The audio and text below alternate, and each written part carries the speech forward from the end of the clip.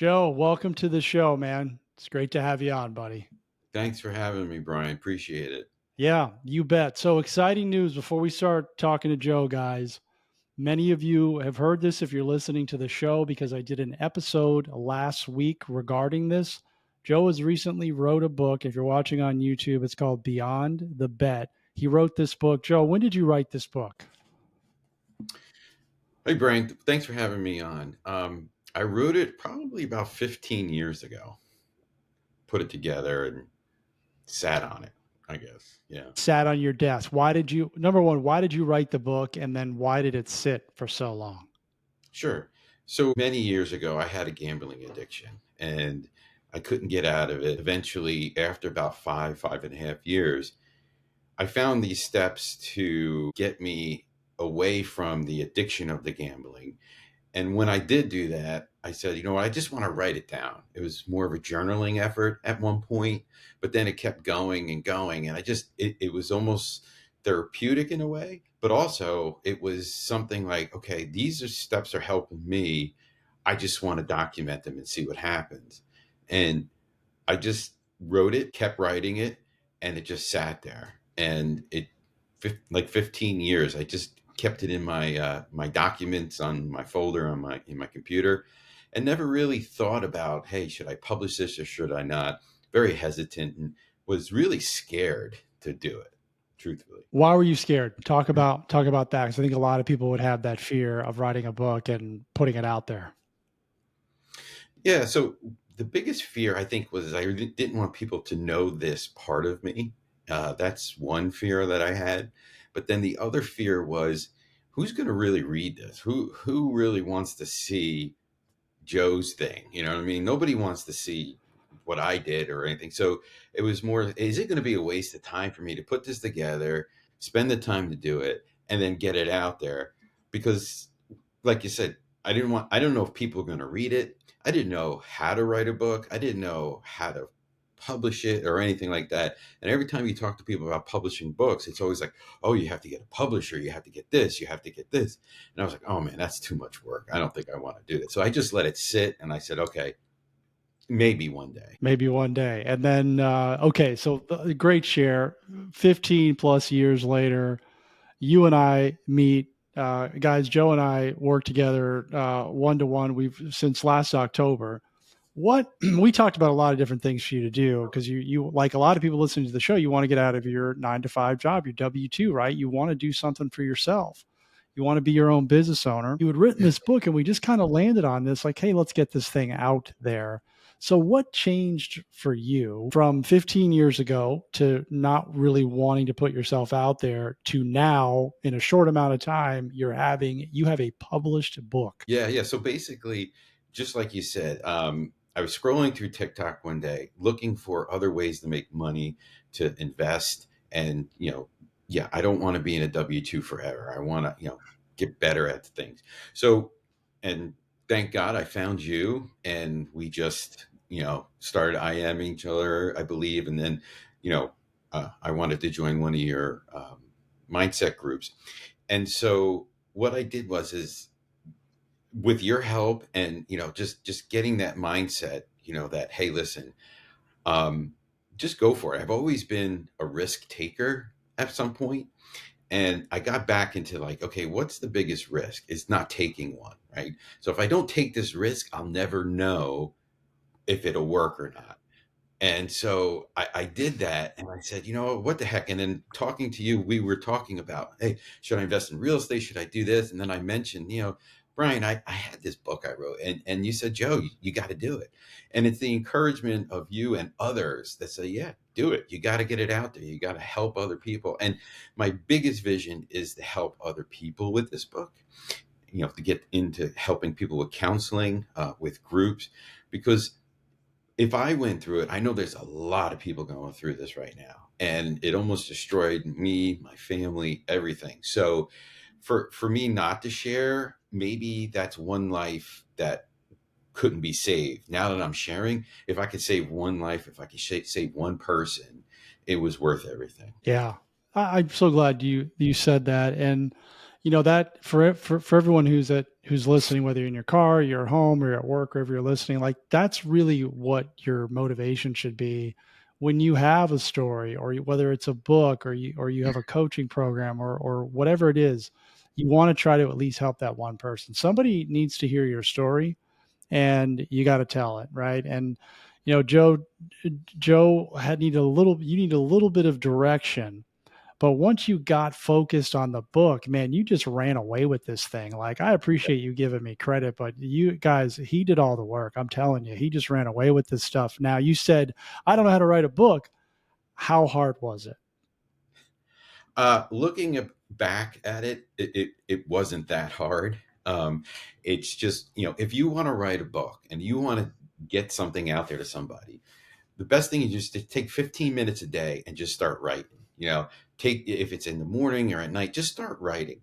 Don't worry about what you write, just write it down. And I was always, well, what if I don't write it? No, I just kept writing, and I did some research and I changed stuff, because you can just make multiple iterations of this and you just keep doing it. So that was a fear that I got over, that, you know what, I'm just going to write this. And maybe I'm not the best writer in the world, but there's people that are, that I can pay to fix it for me.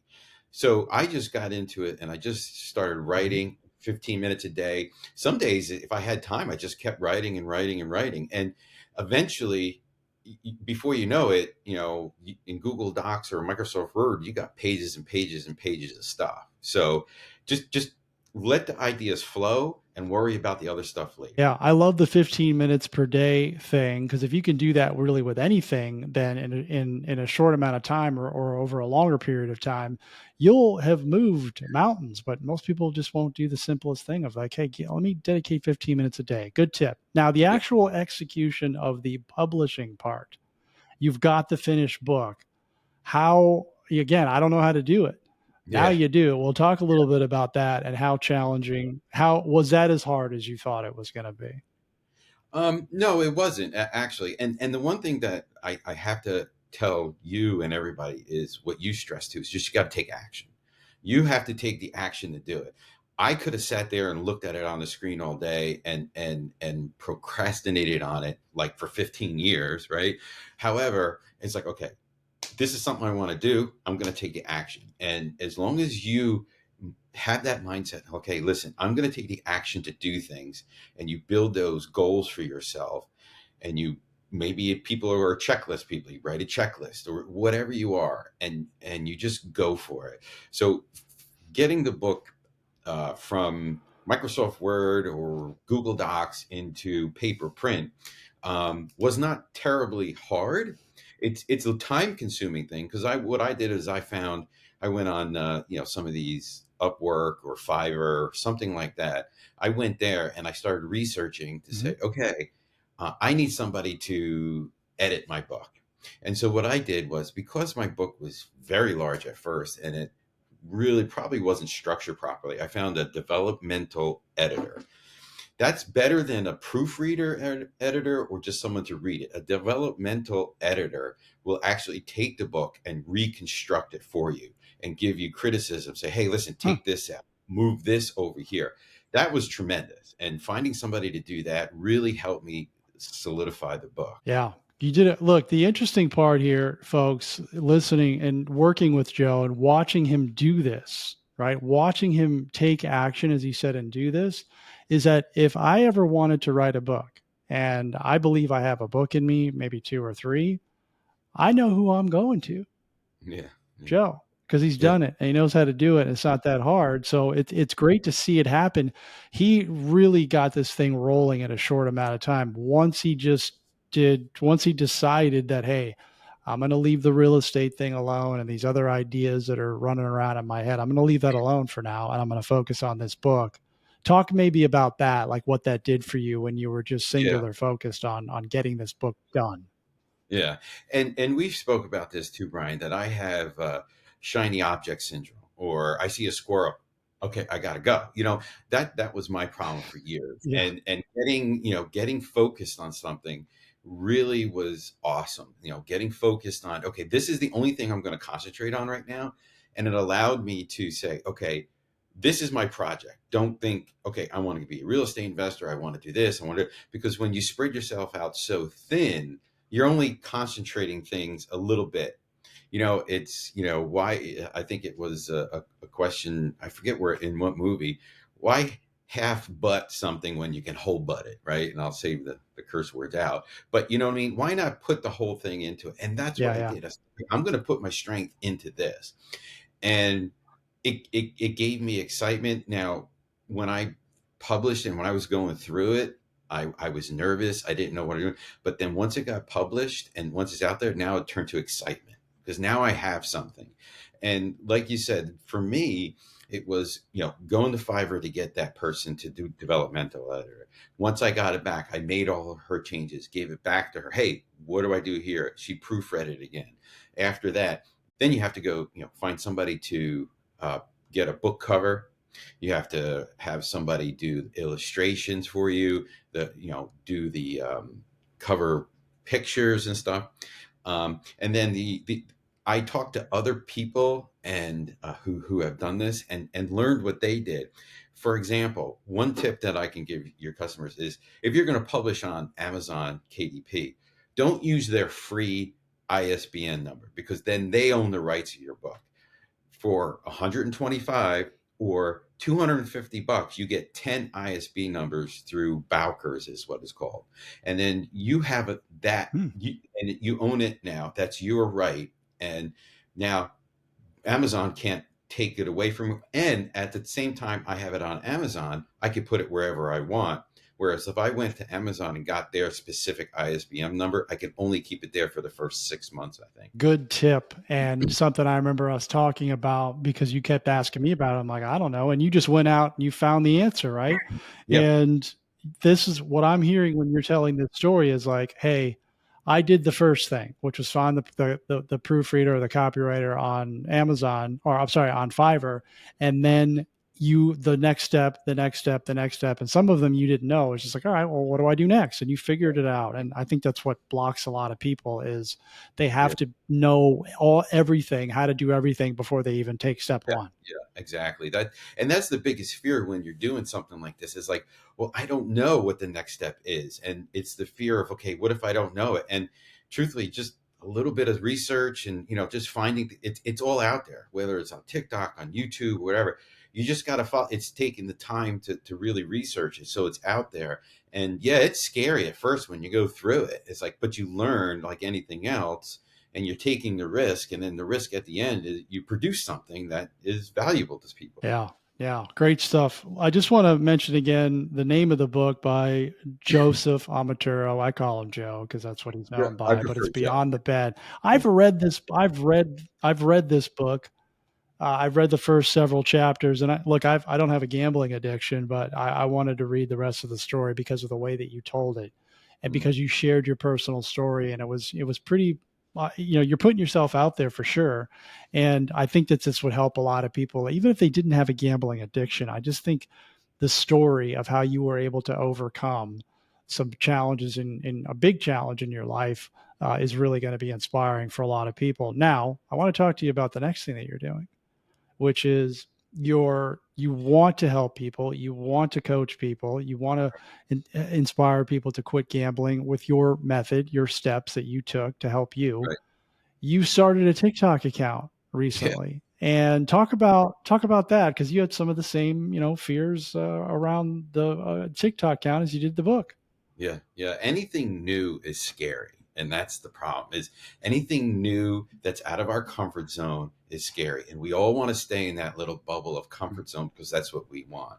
However, it's only when we escape that bubble that we see there's a whole world out there. And there's so much out there. And I was scared. And like we talked about, going on TikTok, putting my face on TikTok, doing videos in front of people, man, I don't know how to do that. I'm old. I'm an old guy. That TikTok, you think is a kid's thing, but I was like, you know what? Through encouragement, I was like, yeah, maybe this is what I have to do. And the other fear about going on TikTok is like, who's going to want to see me? You know what I mean? The people look for other stuff. So yeah, I getting on TikTok. Truthfully, I'm still learning it. I'm having a great time learning it too. I have my daughter helping me. She's trying to help me learn it and do some editing and stuff. My first video, I mean, it was horrible, right? However, now I'm on, several more, and it's getting easier and easier as you go. And then as you get more acquainted to it and you get more acquainted to the app, it's not that hard. In fact, it gets fun. It's like, oh, I got to do another video. It, becomes, something you want to do. Yeah, I love hearing that. I really do. I Mhm. remember the first video I posted on TikTok over a couple of years ago. I didn't know what I was doing, right? And now it's a habit. It's natural, and you got to get good at it. Everybody starts at zero, Joe. That's where had started with your account. And 3-4 months from now, it's going to be a completely different story for you. So there's a lot of people out there who have a story to tell, or maybe they have a product or service or a business that they want to get into, and they want to use social media. I yell at everybody. I scream from the mountaintops. If you're not on these apps and you got a product or service, you're missing out big time because your people are there, right? Your Right. people are there. You just got to find it. What the Mhm. people who are saying what you said, no one who's going to listen to me, no one's going to watch. What if it stinks? Like what do you say to them? You know what? You won't know until you try, and you got to try. It's really, you get out there, and then once you get your first video, then you get your 10th video out there, and you start seeing, people liking it. It's got so many views and stuff. So hey, maybe people do want to see this stuff. Maybe this is something interesting. So it's a risk taking thing. It's an actionable thing that you need to take. The book, anything else, you got to take the action to do it. You just got to get over your fears. Don't let fear be crippling you, okay? Because the fear is what keeps you within your small little Yeah. bubble, within your small little, confines. And the thing is I didn't want to have that what if moment later on in life. I didn't want to have that, what if I did do it 20 years ago? I mean, I waited 15 years, so I didn't want to wait another 15. So it's like, just try it. If you do it and it doesn't work, you tried, and you'll never have that what if moment. Yeah, that's super inspiring. You didn't want to wait another 15 years. Like you went through that, and now you can inspire people that you don't have to wait that long because now it's like people, I know for a fact that people who are listening to this show right now have written books and they have been collecting dust, or they've done a project, they've started a project and they haven't finished it. And you, with just a couple of tweaks, a couple of small tweaks in your mindset, and I think are getting around Hmm. certain people and just really working on you were able to fast forward this thing big time and get to Yeah, where you are right now, which yeah, is a published book. absolutely, absolutely, yeah. What's next for you, Joe? What do you want to do with this book? Tell us. Well, what I want to do is, one is definitely get it out there to other people. Gambling addiction is very, very rampant out there, especially today in today's society where college kids are doing it. They're betting on everything. And when I was doing it, it was a little harder, but now it's so easy because it's right on your phone, right? It's right here. Mm.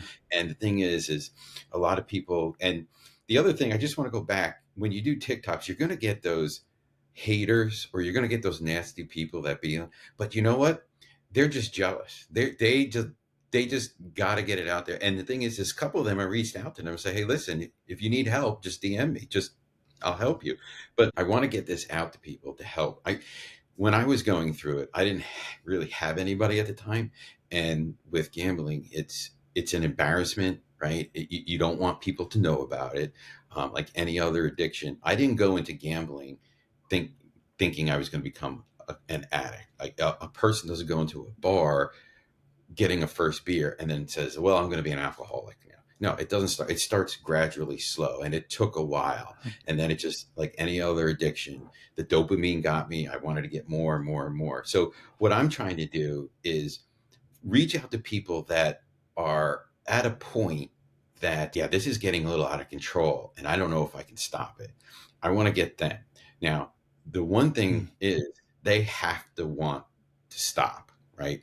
If you read this book and you just say, okay, maybe I'll do it. No, you got to want to stop. You got to take the action to do it. Yeah, totally. I mean, I mean, your book will give people beyond the bet, will give people the tools, the resources, but ultimately it's up to them to take the action and do the work because just like anything, this isn't going to be easy for people. It took you a while to kick your habit. No, talk a little bit about that.